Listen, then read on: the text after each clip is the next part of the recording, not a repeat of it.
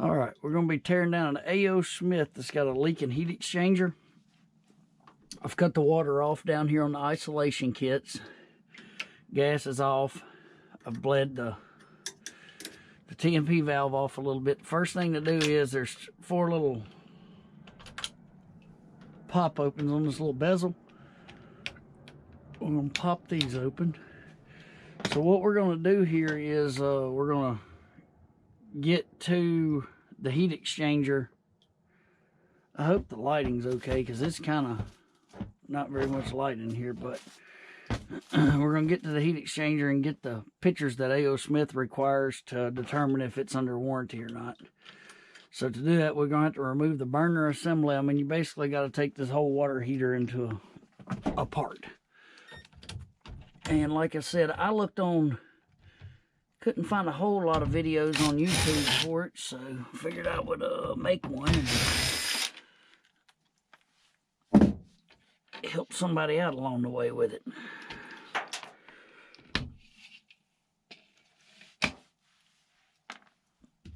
Make a little parts pile over here.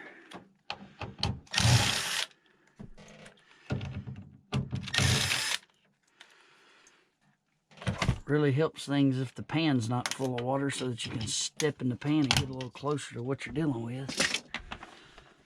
So once those 4 screws are out, then you just want to take a flathead and pop the front off, just like that.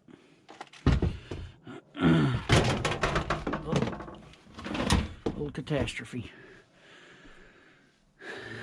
We need to disconnect power. Alright, power's been disconnected. Almost forgot about that step.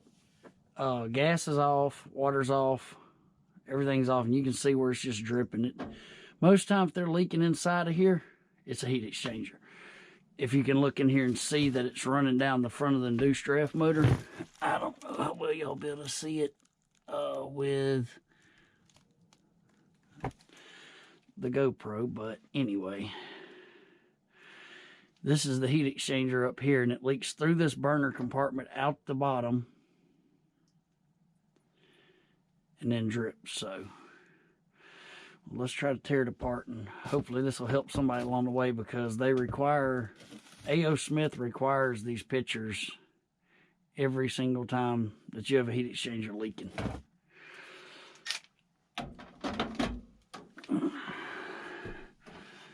First order of business is let's get this out the way. Then we've got some screws that are holding some grounding clamps and such around here. We're going to remove. Oh, come on, guy. Really? Try not to let that get you. There we go. Alright, so that's the control board. We'll just lay it down out the way. It don't have to be completely removed. This screw, that screw, and then what I do is, now that I've got that out the way, I kind of get my little screwdriver back. There it is. I kind of unplug pretty much every clip off of here. Get them out the way. The thing is, if they approve the heat exchanger, you don't even have to keep any of this, because nothing will matter, because they send a whole new tank. So you don't have to be, I mean, I would suggest looking at what you unplug as you unplug it, taking pictures of it. But me personally, I've done a few of them, so I kind of know where everything goes. These are a pain to get off. That one little one right here. Don't want to break it either, because that's your igniter if you do have to reuse it.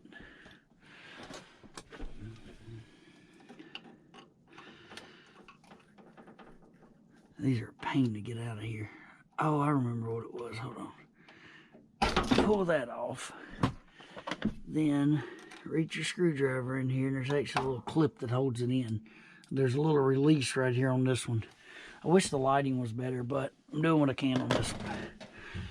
So, yeah, I think either way, even if the lighting's bad, you can get the general ideal of it and kind of see how it comes apart, and that's all that matters.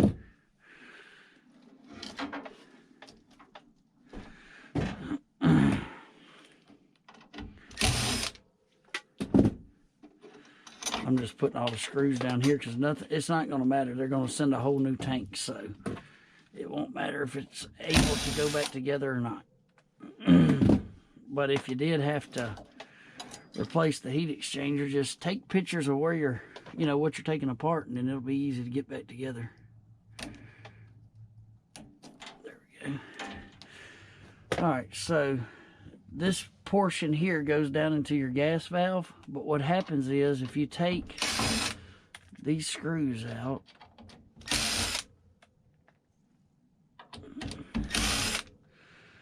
we're just taking all the big ones out, you'll get to a point where, yep, we're to that point now.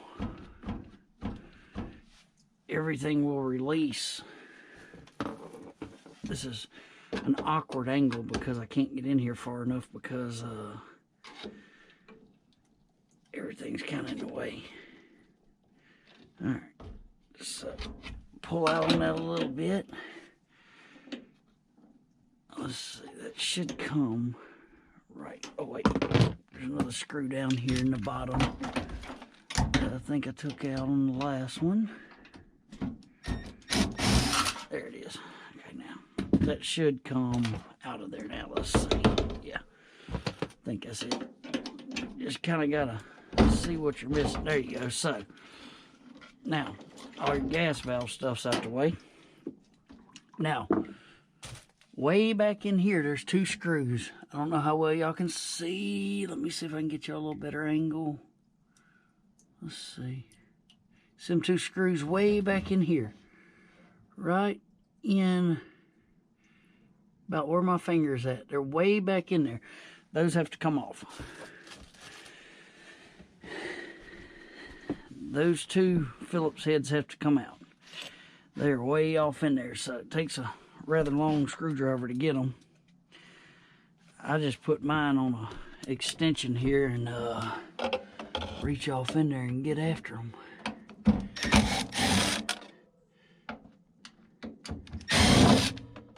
Just like so. Done with that extension now.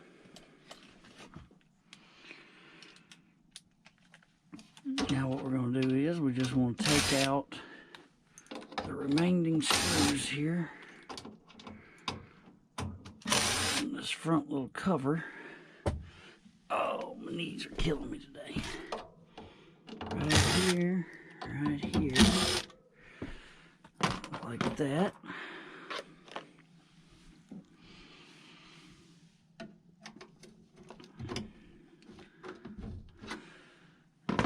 We missed two. There's one here and one here.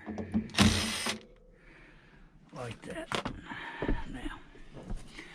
Now, what the factory instructions show to do is to grab this with a pair of pliers, oops, and start working it out of here somehow. They get pretty corroded and get stuck in here, so good luck with it. Let's see here. I'm just grabbing whatever I can on this front cover to get it to start loosening up for me, because this whole thing's got to come out of here. Just like that. That's your burner. And now, burner's out the way. The pictures you're wanting are of the bottom of this heat exchanger. You can see right there in the back, right about where, right in there where that dark spot's at, right there. That's your leak. So that's what you want pictures of.